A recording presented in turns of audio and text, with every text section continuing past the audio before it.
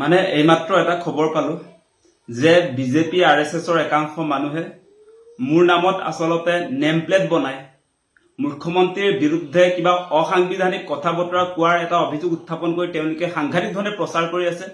বিভিন্ন মাধ্যমত সাৰ্কুলেট হৈ থকা দেখিছো। মোৰ নেম প্লেট ইউজ কৰিছে, মোৰ ফটো ইউজ কৰি তেওঁলোকে মুখ্যমন্ত্ৰীৰ বিৰুদ্ধে কেতবোৰ নকবলগীয়া কথা, আমাৰ মনততো তেনেকুৱা ধৰণৰ সমালোচনা কেতিয়াও আহিয়ে পোৱা নাই আৰু অসাংবিধানিক কথা বতৰা কিছুমান লিখি তেওঁলোকে প্ৰচাৰ কৰি আছে মোৰ নামত। এইটো অত্যন্ত দুৰ্ভাগ্যজনক।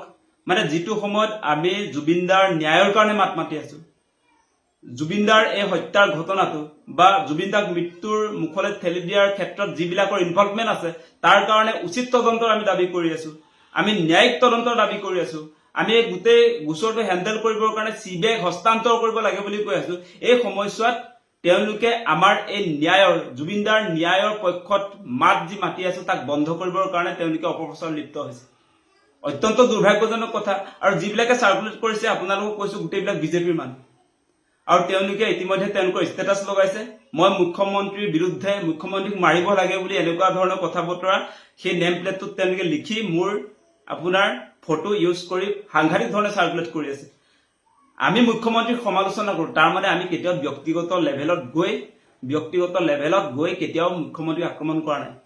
আমাৰ আদৰ্শগত সংঘাত আছে। বিজেপিৰ নীতিক আমি সমালোচনা কৰো, আমি মুখ্যমন্ত্ৰীৰ কেতবোৰ নীতিক সমালোচনা কৰো, মানে আমি কেতিয়াও ব্যক্তিগত লেভেলত কেতিয়াও আক্ৰমণ কৰি পোৱাই নাই আৰু সেইটো কোনো মানুহে কৰা উচিতো নহয়। এতিয়া আমি যিবিলাক কথা বতৰা কৈ আছো সেই জুবিনদাৰ ন্যায়ৰ পক্ষত যিবিলাক কথা কৈ আছো সেইটো কেৱল আমাৰ কথা নহয়, অসমৰ কথা, অসমীয়া ৰাইজৰ কথা, গোটেই ভাৰতৰ কথা। সকলোৱে জুবিনদাৰ পক্ষত অৱস্থান কৰিছে, জুবিনদাক ন্যায় দিব লাগে বুলি কৈ আছে।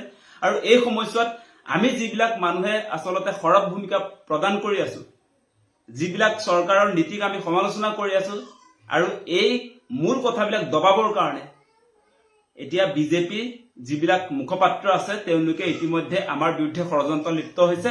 আমাৰ নেম প্লেট ব্যৱহাৰ কৰি তেওঁলোকে সাংঘাতিক ধৰণে প্ৰচাৰ কৰিছে যে অসমৰ জাতীয় জীৱনত সাংঘাতিক ধৰণৰ শত্ৰু সজাবৰ কাৰণে আমাক চেষ্টা কৰিছে। সেই কথা কেতিয়াও নহয়। আমি কোনো কাৰণতে হিংসাত্মক কথা বতৰা আমি কবই নোৱাৰো। আমি গণতন্ত্ৰক বিশ্বাস কৰা মানুহ। আপোনালোকে নিশ্চয় দেখিছে আমি কেতিয়াও আচলতে গণতন্ত্ৰ বা সংবিধানৰ বিৰুদ্ধে এটা শব্দও, আইন বিৰোধী এটা শব্দও জীৱনত কৈ পোৱা নাই আৰু কেতিয়াও নকওঁ, সেইটো উচিতো নহয়।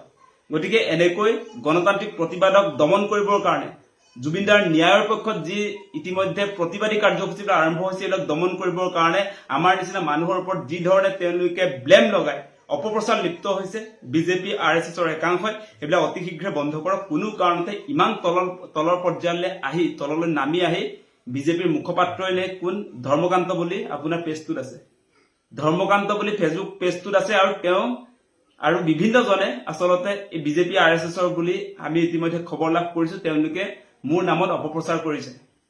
আৰু কোনো কাৰণতে আমি অসাংবিধানিক কথা কেতিয়াও নকওঁ, সেই কথাটো কৈছোৱে। আমি মুঠতে কাকো কেয়াৰ কৰা মানুহ নহয়, আমি কিন্তু লিগেলি কথাবিলাক উত্থাপন কৰো।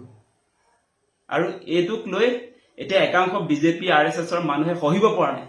মূল কথাত আমি যেতিয়া ধৰিছো তাত মানে সহিব পৰা নাই, সেইকাৰণে তেওঁলোকে আমাৰ বিৰুদ্ধে অপপ্ৰচাৰ লিপ্ত হৈছে। কোনো কাৰণতে এনেকৈ অপপ্ৰচাৰ লিপ্ত নহব, তাৰ কাৰণে আপোনালোকক সকীয়াই দিছো।